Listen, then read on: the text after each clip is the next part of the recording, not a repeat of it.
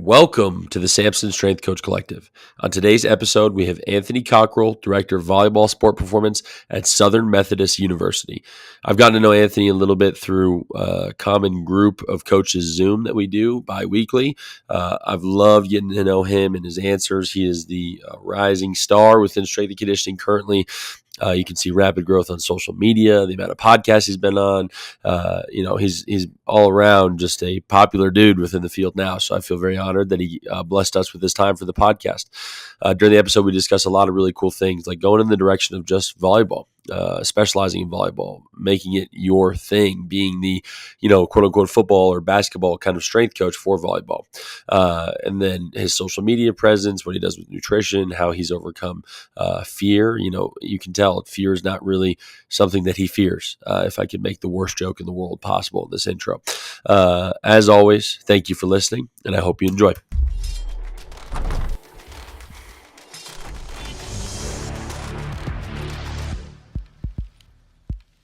What's going on, Samson Strength Coach Collective listeners? On today's episode, we have Anthony Cockrill, Director of Volleyball Sport Performance at SMU. Anthony, thank you so much for coming on, man. Oh, my pleasure. Thanks for having me. I've been looking forward to this one. I've been really looking forward to it as well. Obviously, I've been following you on social media, but then, look, I don't know. I can't go one episode on this podcast without mentioning John Bloom, but we've been able to. Of course not. Absolutely. We've been able to meet, obviously, through his Zooms, and I've just been very appreciative of the opportunity to get to know you. So I'm excited to dive in even further. Yeah, man. Likewise. Well, let's just get right into it. Can you just give me a background of your career and then what's brought you to SMU? Yeah. I think like most people, I did not play college athletics. I was not good enough, but I wanted to be involved in some capacity. So I did my undergrad at Midwestern State University, small D2 north here in Wichita Falls, Texas. So during like my senior year, I had no idea what I wanted to do. Right, I just want to be involved in sports. Had a good advisor kind of guide me, like, hey, you can come go intern like downstairs with Jake, our strength coach. I was like, sure, whatever. I have no idea what this entitled, but like I'll go meet with them. And yeah, I got it set up. I started doing that August of my senior year. And like from day one, like we're in the trenches coaching football, and I have no idea what I'm doing. And it's like D2, so you have one full-time strength coach and like two GAs and me coaching football, like two groups of football, offense, defense. And it was great. I absolutely loved the environment. It was definitely the people made it. It was miserable, like 5 a.m. to 5 p.m., that stereotypical kind of deal. But I loved it. So after that, I did an internship at TCU that summer. So I did one full year undergrad internship, and then summer at TCU with like Zach Dakin and that whole deal, which is also great. It was great to see the opposite ends of the spectrum from like D2 to high level Big 12, and like how those two things are contrasting and similar. And then from there, I was a GA at Tennessee Tech University, Cookeville, Tennessee, which is awesome. My time at like TCU definitely set me up to be successful somewhat as a GA and kind of get me to that spot anyways. So I worked with men's basketball as a GA at a Division I level, which is absolutely insane. I should never have let that happen. But I'm grateful for that opportunity for sure. And then comes a point, like I'm finishing the spring, and like we're in a very oversaturated field, right? Like there's only so many jobs and like there's so many people. So luckily enough, like I was going through like anybody, like applying to every single thing, not even getting a phone interview. I vividly remember only getting 2 interviews for like applying to hundreds of things, and which is, looking back, is absolutely insane. But so knowing that, I was like, okay, like what do I got to do? I got to like go somewhere where like I feel like I can learn. Like obviously I'm not ready. Gain some more experience, and just like get people that I think are going to set me up like 3-5 years down the road, like to where I want to be. So like social media, started getting into it like around this time as far as like finding people online. And I really had this like, I really biased towards, like at the time, all these people were at Utah State, like Alan Bishop, Dave Schultz, Joey Burgess, that whole crew, all at Utah State at the time. And they're just posting on social media. And I really liked, honestly, the aesthetic of their training. Like how their people were squatting and how just like technically sound everybody seemed to look from the outside looking in via their social media. I was like, man, they must be like, I want to know more. of that. Like I want to do what that is essentially. So I reached out to, at the time, Dave Scholes was at Texas Tech and Alan Bishop was at now University of Houston. And I was like, I want to come intern for one of you essentially. I ended up going to Houston after my GA. Very like a part time, like making like $10,000 a year. Nothing. But it was for the greater like macro, 3 to 5 years. Where do I want to go? I felt like that was going to set me up in the best position, and it was great. It was the best decision I ever made. Just from like a learning standpoint, I definitely walked the talk from like everything you see from a social media standpoint. So Alan Bishop was there, Bree Brown was women's basketball now at the University of Miami. Jake Allen was in the same position I was on the men's side, but he's now in like the private sector. He's done stuff like the New York Mets. And it was just, I was so lucky to be at there, right time, right place. And I learned a lifetime of information in 10 months. So from there, like I don't really come from like a background of money from a family standpoint, so I could only like survive that so long. And it came to a point like where I just feasibly couldn't afford to do this anymore. So I was like, I think I'm ready for the full time, um, so I ended up getting a full-time job at my first at the University of Maryland, Baltimore County, UMBC. If anybody's familiar, a long time ago, 2016, I think, first ever 16 upset of one seed. That's that school.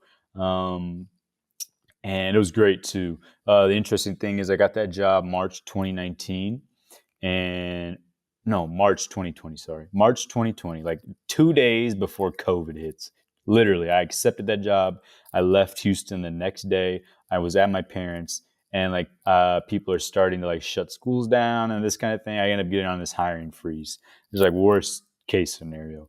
So my now fiance at the time was still at Tennessee Tech. And so I kind of was like, all right, I'm just going to go like visit you during like ride this out a couple days, And then when I get to Tennessee Tech, that's when they kicked them out of school. So okay, she's from Cincinnati. We went to Cincinnati, and like, okay, I'll just ride this out, a couple days, and I'm off to Baltimore. And ends up being till September. So we're in Cincinnati together, living with her parents from March till September during COVID. Great, the best thing that ever happened for our relationship, probably. I remember we got jobs at like Kroger at the time, like bagging people's groceries, taking to their car because nobody would go in the store. We were doing that just to like kill time. And yeah, September 2020, UMBC. It was great. Brian Amenta, he's the director of strength and conditioning there, and he's great. Anytime anybody asks me about like under the radar people, he's so good at such like obviously like a lower level. He does an excellent job. For there, it was like we were thugging it out. It was me and him, the only two full time, and so we each had 6 teams. So that first year, just grinding, like just training nonstop around the clock, which is great. Like most people need that experience. And then we ended up hiring another position and kind of mitigated some of that. And then this position came open for the reason I went to Houston in the first place, for like these opportunities to come up and like those connections to be made. So through Bree, like this SMU position, it came up. She was able to slide my name in here, and here we are.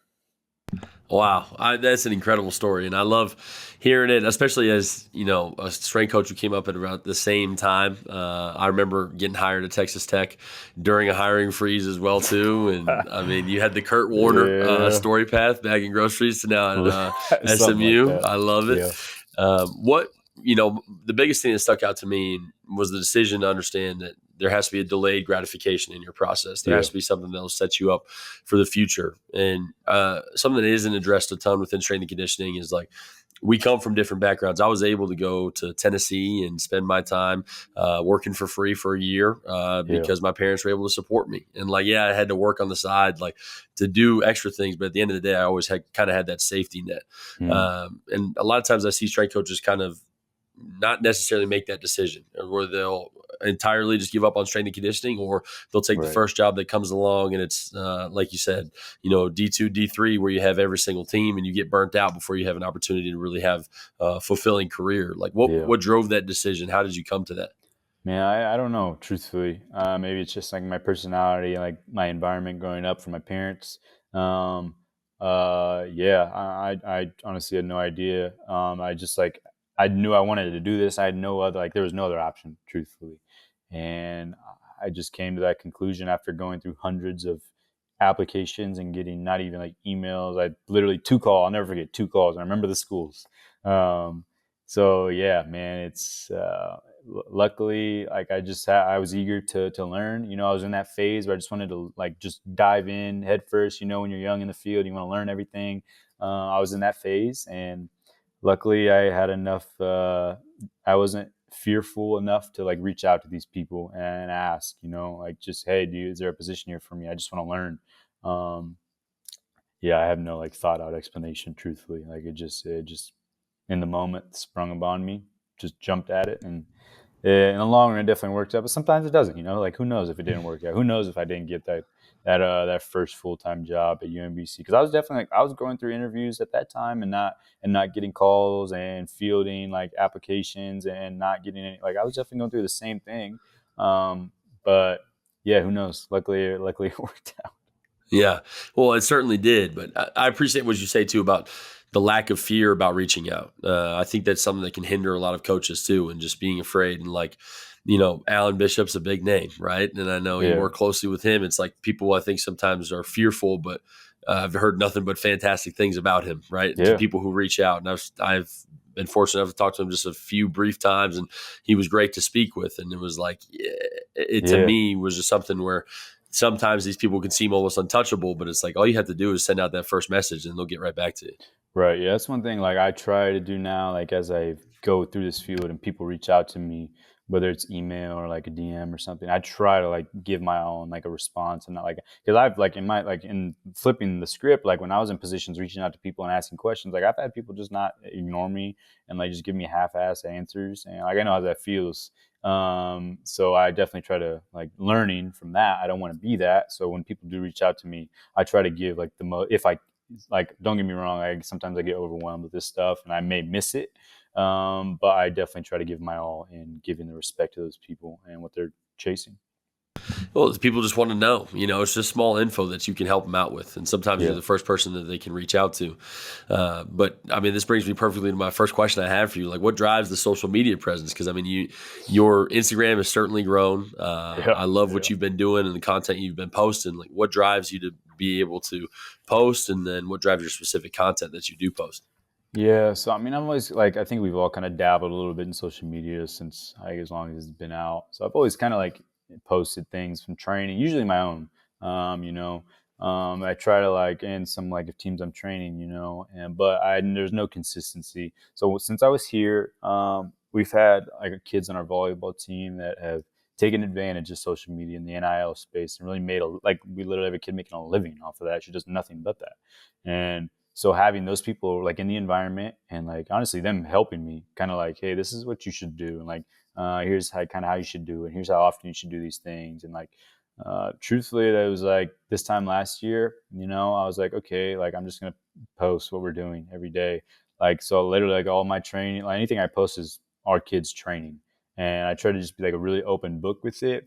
I don't think any like it's.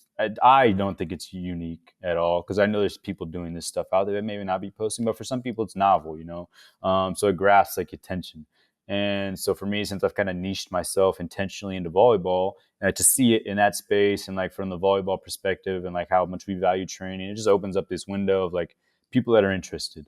Um, so for me now, it's like I just want to post what we're doing. Like I'm just trying to like just along for the journey, and here's what we're doing, and here's how we got to the hopefully the point we want to get to. Here's how we got there from like now till December. So that's really it. Like there's no like thought out process of I just want to be super open with what we're doing and consistently put these things out.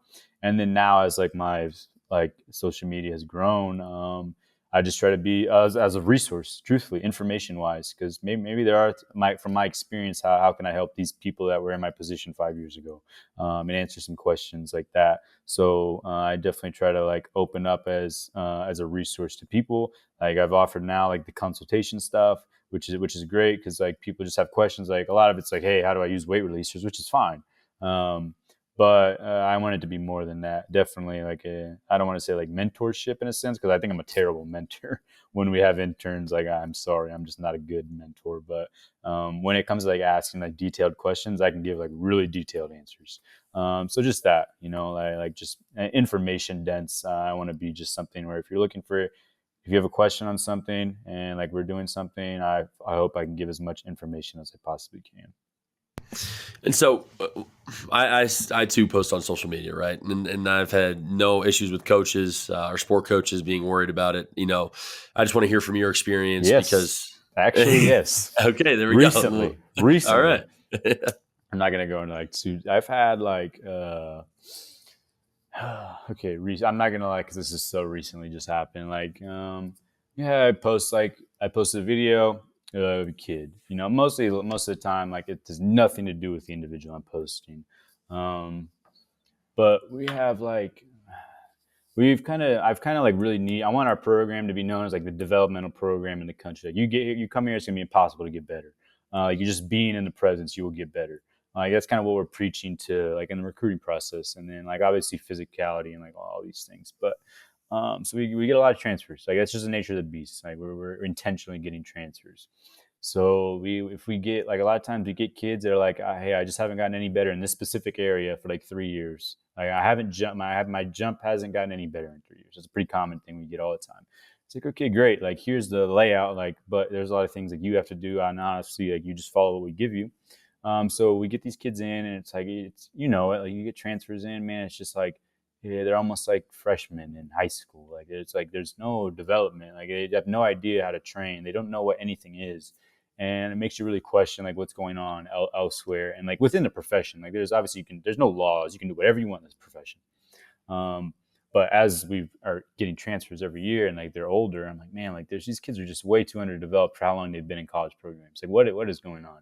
So I may have put something out like addressing like, hey, like transfer portal kids are coming in underdeveloped and they've been in programs for 4 years. Like what's going on? So that's maybe upset some sport coaches at other programs, not even strength coaches, taking it as like I'm talking about their sport and not the physical development. But I mean, hey, if you're self conscious and feel like it is what it is, maybe the shoe fits. I don't know, but so yeah, I this is where I'm learning now that I have this larger like bandwidth of people it's touching. I need to be a little more. Maybe not post some stuff like that, but hey. So I had my head coach be like, "Yeah, you need to change this because I got this coach talking to me about like X, Y, Z." So I'm like, "All right, fine." It's interesting because even with it, like you said, not being the strength coach, like for me, I've had what a ton of people transfer out, and I've had feedback come back from one strength coach that was like, "Oh, this was fantastic. I really appreciate what you've done." Yeah, I've had feedback from another strength coach that said, "I tried to ruin this kid's body," right? And so for me, it's just like it doesn't really matter because, like it's you all said, there's a self subjective. conscious aspect to it. It's all subjective, and I think strength and conditioning is so interesting because it's that one realm where everybody embraces the gray area. Like it's not Right. like there's just this one solo way to train. It's different for everybody. So it's a little. I would agree. The self consciousness aspect, I think, kind of reaches. Yeah, it is. Yeah, like for us, like volleyball, and just volleyball, like it's pretty easy. Like physicality wise, like we do you jump high and do you hit hard and like you move well. Yep. Like those are pretty quantifiable things, and that's somewhat objective. I don't think that. So when I'm touching on like, man, these kids are just underdeveloped in those three areas. Like that's pretty quantifiable and that's pretty objective. So hey, if it rubs you the wrong way, sorry. Like unfortunately, you probably just need to be better. Like truthfully. So that's for a whole nother day. But yeah, we do run into some issues with sport coaches. Not my own. My coaches are all for it. They're Yeah. like, hey, go follow our strength coach and recruiting stuff. Like they are pushing it for honestly. I have a young head coach, a young staff. They're all into like the now stuff. And so it's nice. It's a good relationship with that. Yeah, and it's certainly an experience I've had too, where the recruiting aspect has definitely helped. Being able to show exactly what we do. It's Yeah. been with multiple recruits. It's funny more on the women's basketball side for some reason. I'll see more, but we actually had a recruit come out and visit. Which this one I think pissed our coach off a little bit because she came out and visited because she knew I was at the school and then ended up like definitely going a completely different route. I think it was just kind of like oh, I've got no V. Let me just go there to check it out. And Dude, then, that's a yeah, flex. That yeah. is a Well, it was. flex. I'm not gonna lie, it felt good. But at the end of the day, I wish we got her too. Dude, But I hope biasly, selfishly hope one day we have a kid come in here just because oh, come truthfully, on, are like you kidding me? I hope that's a big goal one day. 1,000%. But I mean, like that's the reality of this new kind of realm. Everybody's on Instagram, TikTok. Like Yeah. everybody's out there looking and consuming this media. So that is a recruiting edge at the end of the day. Yeah, and that's I mean. Truthfully, that's kind of how we preach it. Like it's 2025. Like you're probably getting left behind if you're not like capitalizing on this stuff. And, so luckily, our staff is pretty aware. That's awesome, and it makes the biggest difference. And that's just one of the biggest hesitations I've heard from strength coaches when asking me about social media, what I do with my posting is like, well, I just don't know how my sport coach would feel about it. It's like, all right, first of all, who really cares? Right. Second of all, I can almost guarantee it's going to be positive.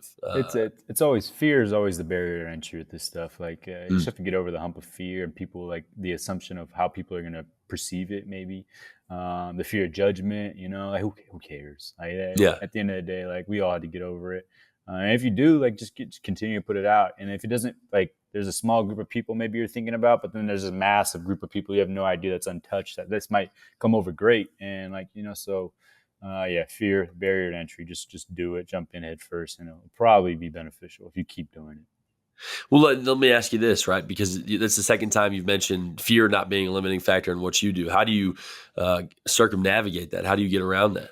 Yeah, I think now, I don't have I'm not super like creator, like set schedule posting like these things for like just kind of go with the flow. But I try. What now is like I just kind of have to keep myself accountable and try to post consistently.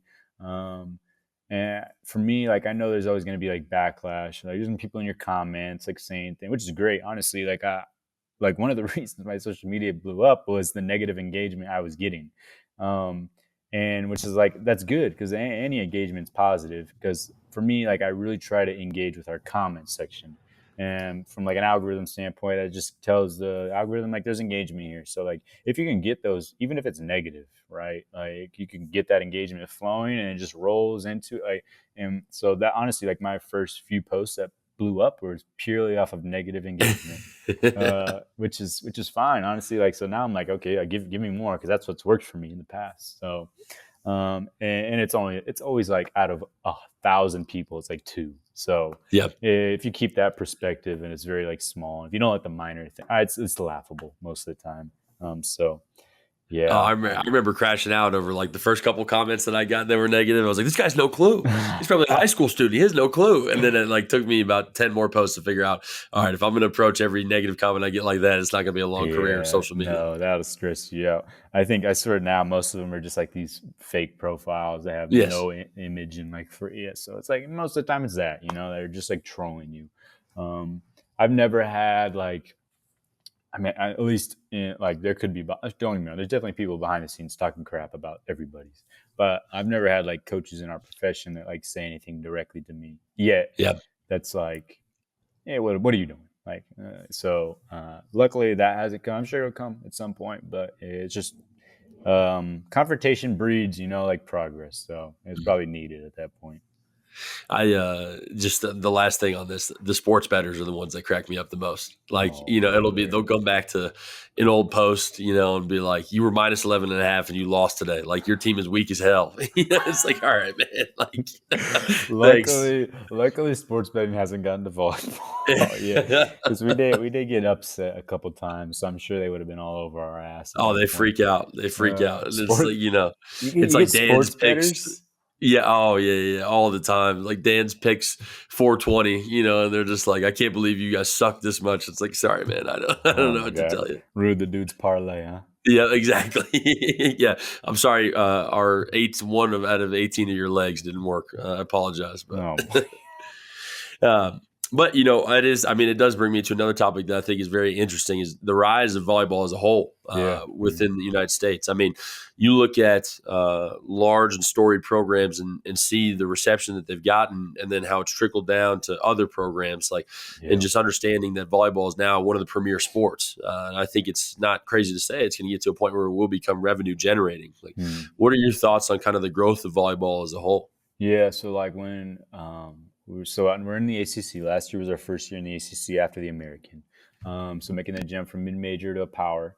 I had at the time women's basketball and volleyball.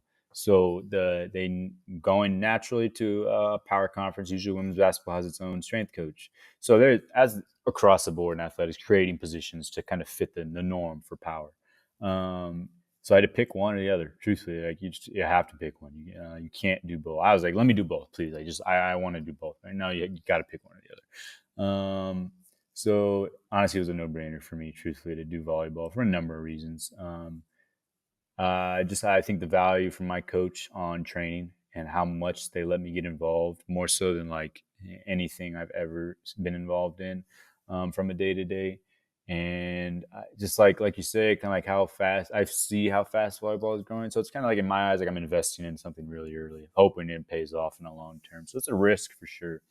Um, so kind of knowing that I'm volleyball only, and yeah, man, it's blowing up really fast. We have like two professional leagues in America now for the first time, and then like the fans we get, like we like obviously Nebraska's like outlier, but they're like the biggest thing in volleyball.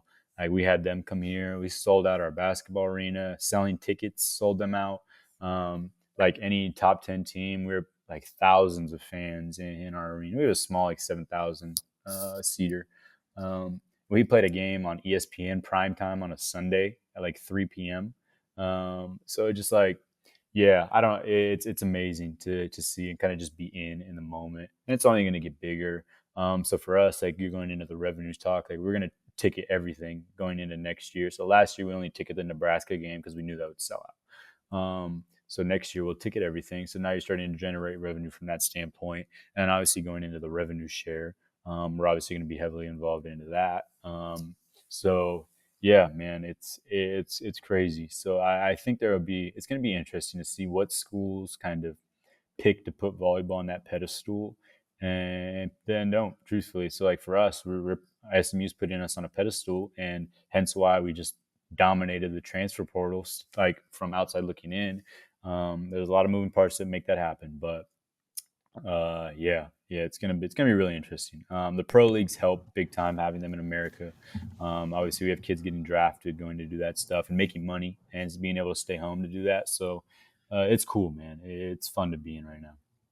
Well, I really like your perspective on it too, where you kind of get to be one of the first people who really specializes in volleyball. And I Yeah, remember, yeah. go ahead.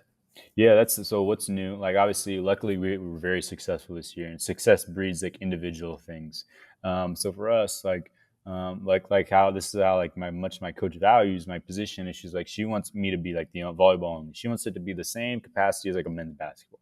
From like that day to day, she always tells people she's like I want my strength coach to be seen as the same as like a football strength coach in her eyes. Like there's no difference from like on the sideline, like they're coaching. Like you can't tell the difference. Like that's how she tells people.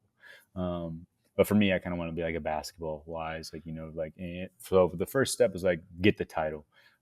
So director of volleyball is, if we're not mistaken, is the first in the country that's not like a director of a department. Most people that have volleyball is like director of Olympic sports performance, and they also have volleyball. So I'm not the director of a department, but I'm the director of volleyball, which we're pretty sure is the first in the country. I could be wrong. Who knows out there? But from what we researched, it's the first. So like, we're trying to push the ceiling a little bit. I'm trying to push the ceiling with how this is viewed from a training standpoint, because I think it can make I think this position like uniquely can make a quantifiable difference in performance. Some sports is tough, like I think basketball is very skill oriented, and like sometimes it's hard to quantify the physicality. At the end of the day, like skill dominates basketball, and you like the easiest examples like Jokic. Like obviously that dude's Yep. not physically imposing by any means, but he's the most skilled player in the world. So don't get me wrong, you can't get physical freaks like Giannis or something, or the skill maybe not. Don't get me wrong, he's skilled, but in relative to the NBA, Yes. where like his physicality dominates. But I think in volleyball it's simple. If you just jump higher than people, you have a massive advantage, and I can impact that, and I can quantifiably impact that. So I can quantify my value, and then hence I can quantify from a lifestyle standpoint, from a salary, a position, a title, those kind of things. Well, I love it because I mean it reminds me of exactly the guys you mentioned early on, like Joey Burgles, right? I mean, a guy who started posting, and I mean, feel like pretty much everybody kind of follows his template for how he posted, right? Yeah, And very yeah, similar structure to how they post now. He's one of the first guys. He's got what 500,000 followers on yeah, Instagram. It's ton. I mean, it's absurd. I could be wrong. I think it may be even more, but the people who are willing to take the risk and branch out into something new, I think, are the ones who reap the most rewards. And so I mean, I'll say this, like, not to, I may be biased, but like when I think of volleyball specific strength coaches, I think of you. I don't think of Ah, anybody else please. in my mind. But I mean, Yeah, seriously, it's the truth. And so I think it's something that can only benefit you, and you get to do it with a sport that you really enjoy doing it with. yeah, that's the thing. That's the environment's so good. If you've ever worked volleyball, it's like honestly, it's the best sport to work with. And Yeah. there's a reason every director in America that's been there forever only works with volleyball Yep. because it's the best sport to work with. Like the Brian, like environmentally, like the kid, everybody's just so joyous to be around. There's no like negative catabolic environment ever. I feel like where you see that you in basketball, that's not far off. Like a lot of times, it's not the great like the best. And I think it's a product of just like how the youth sports are in basketball versus volleyball, and that comes up into this when these kids get here. Um, just environmentally, it's so much better. Like my lifestyle is so much better because I have time now. Like I said before, like we have essentially 2 months off from when we finish our season to now, and that's a Christmas. Like I have more time now than I ever had before. Um, so yeah, man, it's just I hope like my goal is like I don't want it to just be me. I want to keep pushing the ceiling for everybody else because if everybody else can get on board, it's only going to benefit us all of us as a whole. So I would love to see like more like volleyball only things.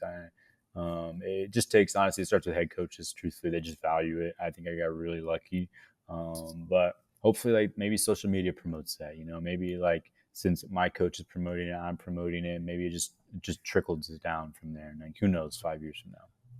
Well, to me, it doesn't even just apply to volleyball. I think it applies to other sports that are growing as well. Like Yeah. I think of softball. Softball's gotten a lot more Yes. popularity Mm. recently as well too, and so it's been interesting because my director at University of Tennessee, he said, "Hey, one day you're not going to realize this, but like one day everybody's going to have their own strength coach. This is exactly how it's going to go, Yes. and then Yes. what you're doing drives it for other sports as well too." Yeah, honestly, that's what I think it needs to move like that because we talk about like this high performance, like adding value. Like if I have 4 teams and I'm stretching myself thin, the only thing I can do for that team is train, and I probably can't go to practice. I barely know these kids. The coaches have no idea what's going on. I don't know the behind the scenes at all. Maybe we don't have a nutritionist. So these kids aren't getting fed. Like who knows? But if you're like engulfed 100% like into one sport and it allows you to train them better because you're a little more in tune on like how everybody's thinking about things and like you get to see the day to day to what matters the most and here's gaps you can fill in like or bring more value in. So obviously for me, like it's not just training, like nutrition's obviously a big thing for me, and then my involvement in practice I think is really big, and I think even now like recruiting. I am getting more like involved in from like a recruiting standpoint, just trying to make myself invaluable, truthfully, and I think that's where like a lot of people in the field, like everybody complains, like, oh, my hours are long, I don't get paid like crap. If you make yourself invaluable to a point where like the coaches think you're impacting things, that's going to drive your financial gain, truthfully. Like obviously results matter from your specific job as a strength coach, but you want to be deemed as invaluable. So I think my coach deems me as invaluable because I do everything outside of just training. I think most of the times, like if you're working with 4 teams, you can just plug and play strength coaches, and the results never change from a win and loss standpoint. But if you're also doing nutrition and you're also involved in practice and recruiting and visits and all these other things, now it gets really hard to replace you because you're doing so much. I agree 100%. And I think, I don't know, it's my personal preference as well, too. You get to develop better relationships. You get to know these people way Yeah, better than you possibly could if you had more teams. I think it makes it more fun. yeah. And like you said, if you dive into the other realms, like my fiance here is the dietitian, but Oh, I'm that's awesome. the joke is I'm the director of snack operations, right? Because I'll set up all the meals, post game hydration, things like that. Right. But it makes it so if you were gone, people would notice you're missing, Yeah. which I think is exactly Yeah. what leads to being invaluable. Yeah, that's exactly it. And it takes like there's a gray area you have to cross. You know, like some strength coaches refuse to like ever cross that gray area, and then you're limiting yourself. Honestly, the worst thing that's going to happen is somebody's going to tell you no, you can't do that, and then okay, it is what it is. But like get out of the weight room. Obviously, everybody's been saying that forever. You gotta get out of the weight room. Got to go to practice. Got to involve yourself. Cross the gray area from a coaching standpoint and involve yourself. That's not your like maybe expertise, but it needs to be done. And so, yeah, again, fear is probably the barrier to entry there. You know, the unknown. So Mhm. I promise it's the most beneficial thing. Well, I remember my first day here, I went to the men's practice and he was like, "Is everything okay? Do you need to speak with me?" And I was like, "No, coach, I'm here Yeah, to watch practice." And he was like, "Oh," like, and isn't then, that yeah, isn't it's that incredible. crazy? Yeah. Yeah. How like little and like coaches love that too. Like Yes. even like if you're working with like a smaller team and maybe it's like just going to competition. You're like, oh my God, like you came and that it makes these kids like so joyous. And then from like a relationship standpoint, it just they view you a little differently. They start to value things a little more, and then that obviously snowballs into good things always. But yeah, man, the barrier, like, just, yeah, if it's just going to practice, go to practice. If it's like shagging balls, shag balls. If it's Yep. rebounding for somebody, rebound, like it's just little things like that compounding over a period of time. Well, another thing I'm very curious about that I've seen as a highlight within your program is how you approach your nutrition with your athletes. Yeah. We obviously I'm a very big proponent of nutrition, right? The joke is I love nutrition so much I got married to it, right? But it's a corny one that always gets the recruits though. Uh, But at the end of the day, I mean, truly, I believe this is an order of importance. It's yeah. school, your sport, nutrition, and then the weight room. Like, how do Yeah. you approach your nutrition? How have you gotten the resources to be able to, maximize what you have, and then how have you made sure that is a priority for your athletes as well? Yeah, yeah. I think like going back to like every like the plug and play replaceability, like strength coach, you can plug and play strength coaches and probably get results pretty like the same results pretty easy. Most everybody's doing the same thing with some minor nuances here to there, but not everybody's doing nutrition even at this level. So not everybody's feeding kids, and then if they are probably not doing it the best. They're doing like the bare minimum, which is better than nothing. But for us, that's like the lowest hanging fruit that can get better because training's training. That's fine. Practice is fine. Kids are always going to be 18 to 22 and have the same external struggles. But what you can control, like here, is for sure the nutrition. So for us, low hanging fruit from like this like health standpoint, like, and we're always talking about like the managing of stressors and these things. Like if we're not feeding these kids, like for example, like we have a kid that has a class at 8 to 8:50. They come in, they lift, and they go right after class from there. If there's no food, they're not going to eat. Like truthfully, so, like the easiest thing is just to feed them. Like that takes absolutely no thought or effort. Truthfully, so identifying like the weak points for us is like the access to food first and foremost. So we try to give kids a meal before and after, on top of like supplementation, like throughout the day. So we try to guarantee at least 2 meals a day, year round. Because again, like if we don't, they're probably not going to eat, or they're going to go eat something terrible because they don't have time and they don't know and they don't have money. So you got to meet them in the middle. Like the only thing you have to do is just eat it and put no thought into it. Obviously, you want to get the highest quality things possible at certain times. Like obviously, that's important. So for us, like resourcing, lucky to be in a place that's very well resourced. And it wasn't. Like we had to do a lot to get to this point, and it's not even to the point I hope it to be at. So last year we opened an athlete-only dining hall here on campus. So before we had a kitchen in we train in our basketball arena, all the court sports. We had a kitchen in here where chefs would just cater, and they would just cater it right to the locker room. But before it was just post practice, just training table in your locker room. We had to pay for it out of our budget, so it's something we had to like. I had to like really like, hey, I find this important. We need to do it. So it's a lot of convincing on the front end. And why is it convincing?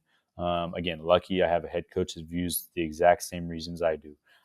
So some people, it's a lot more convincing. So we started there, like, hey, we just need to, this is what basketball is doing. I think if we want to get to XYZ, if we want kids to be healthy, like all the whole 9 yards, like the easiest thing to do is make sure they're eating high quality foods. So we started there. And then this year with the dining hall open, um, it shut our kitchen down, but it allowed us to get food for free. So it's not out of our budget. But the kicker is I have to go get it and bring it to the locker room every day. So every morning, about an hour before, I'll go to the dining hall in a golf cart, bring our 14 to-go boxes of breakfast, set it up in the locker room. Kids come in, they eat, we train. 30 minutes before practice finishes, I go back on the golf cart, get our 14 to go boxes at lunch, have that ready for them. So there's some effort on my end. Who cares? This is like, we're getting this for free in 2 meals. I cannot, like, I will do it. I will go miles to get that. So for us, from a resource standpoint, just the nature of where we're at. Before that, I would do a lot of like reaching out to local companies that are like small businesses. Like, hey, I'm with SMU Volleyball. Like, from a social media standpoint, can we post things on social media if you give us things? From like supplying our locker room, truthfully, from like a snack standpoint, like I do a lot of that. Like, hey, like I'm with SMU. I can if we post stuff on our social media, can you like supply us stuff in the locker room?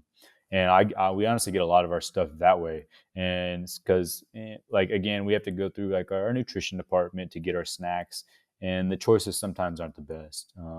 So for me, like, the best way to get the best quality things is to go via social media and hope these like people will basically allow us to get stuff for free, post it on social media. So a lot of our locker rooms stocked via that way, luckily. But yeah, man, like at the end of the day, like the easiest thing that people are missing the boat on is nutrition, and they're just not feeding kids meals, like literally meals, like whole food meals. Like, the snacks are great. It's a start. It's better than nothing. But these kids are going to go throughout their day and probably not eat anything until the evening. And it's going to be Cane's chicken fingers, because these kids are so busy, from class to training to now like the NIL landscape of business things. Like, they have no time. So if the food's not right in front of them, they're going to completely forget to eat. So for us, we'll just put it right in front of you, take the thought out of it. And I think, again, from a health standpoint, that's the lowest hanging fruit that's going to make the biggest impact. Yeah, it's funny you bring up the breakfast piece. I think every strength coach can relate to that 1,000%. It's like, what'd you have for breakfast today? Well, nothing. Nothing. Well, I had a Nutrigrain bar. I was like, yeah, okay, awesome. The worst one I ever got was we were weighing in. Guy was light in the morning, and I just knew he didn't eat breakfast or didn't eat something quality. I was like, what'd you have? He's like, well, I didn't have anything this morning. He's like, but yesterday morning I had shrimp Alfredo. And I was like, all right, this is out of control. Hey, I'm fine. We have a kid here that's really like type A, like rudiment, or like a routine oriented, and like she's like the female equivalent of like a cutting board, bro. Like the steak Yeah. avocado. But she's always been like this. So she meal preps. Like, she's like, yeah. I was like, what do you have for breakfast? She's like, ground beef. I'm like, hell yeah. Okay. Hell yeah. So I was like, if we get all the kids like that, man, we'd be cooking. We'd be in a great spot. We'd be in a great spot. But yeah, man, like the thought, because most people aren't like that and aren't going to be routine, especially at this age. So the easiest thing to do is just get it to them, and they'll eat it. Obviously, 9 times out of 10. But obviously, like, the resourcing part's hard at most levels. I think the best way to do it is go through small businesses, maybe that are alumni based, and you can maybe get it NIL based, like where it's individually with kids or within the program. That's my first start with it, and it's worked for us. Yeah. I think even on my end, just even asking our sport coach, like, hey, I need $250 per month. Like, that's it. Yeah. And I'll make it work, Yeah. Especially for our weight gain guys. Like, the whole nature of the Sun Belt is you recruit undersized guys who can be diamonds in the rough if you can develop them. And so we're asking these guys to gain weight and then giving them zero resources sometimes. And so I've been fortunate on my end too, where, I've gotten a yes on the things I've asked for nutritionally, but it makes the world a difference. Yeah, we have something that's new for us this year. We started a meal prep service. Where on top of that, they'll have meal prepped meals in their fridge so they can take more to go home. So that was we had to do some convincing there financially. And luckily, again, like, my coach values it, so it was an easy yes. And that's another like $500 a week that for meals of. So that puts a damper in the budget. But if you deem it important from the top down, and it trickles down into the kids, like, it just becomes our culture of things. Well, it all comes together, right? You make yourself invaluable, and then you say, here's this invaluable thing that I need as well. Those things can usually shake out for you. Exactly. We've been blessed to get a lot of yeses here. That's for sure. Those are always the best answers. Yes. Well, I appreciate you coming on greatly, man. Thank you. Seriously, Yeah, I've really enjoyed my time.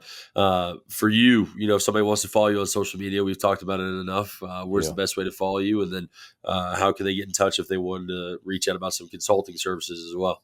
Yeah, I mean, my Instagram, that's the only thing I really use now. Just at Anthony Cockrill, like, You shoot me a DM. I'll do my best to answer questions. Sometimes it may take me time. I'm just busy with school starting at the moment, like everybody else. And I honestly try not to be on my phone a lot. Like even though Yeah, I'm posting on social media, like I set the like an double-edged hour. sword. I set like an hour to do it, and then I don't want to touch it again. Um, but yeah, I also offer like consulting where you got like really get into the weeds. Like if you need me to guide you and or answer just any questions about anything. I've had anywhere from like high school kids wanting training to like coaches wanting to, like how can I implement my weight release, like things along those lines. I definitely offer that. That's a little more like organized from that standpoint via my social media as well. But yeah, man. Awesome. Well, thank you again, man. I really appreciate your time. Dude, my pleasure. This is always awesome. I'll definitely catch you on Bloom's thing here soon. Absolutely. Next, what is it? Next Wednesday. Here we go. Yeah, yes, sir.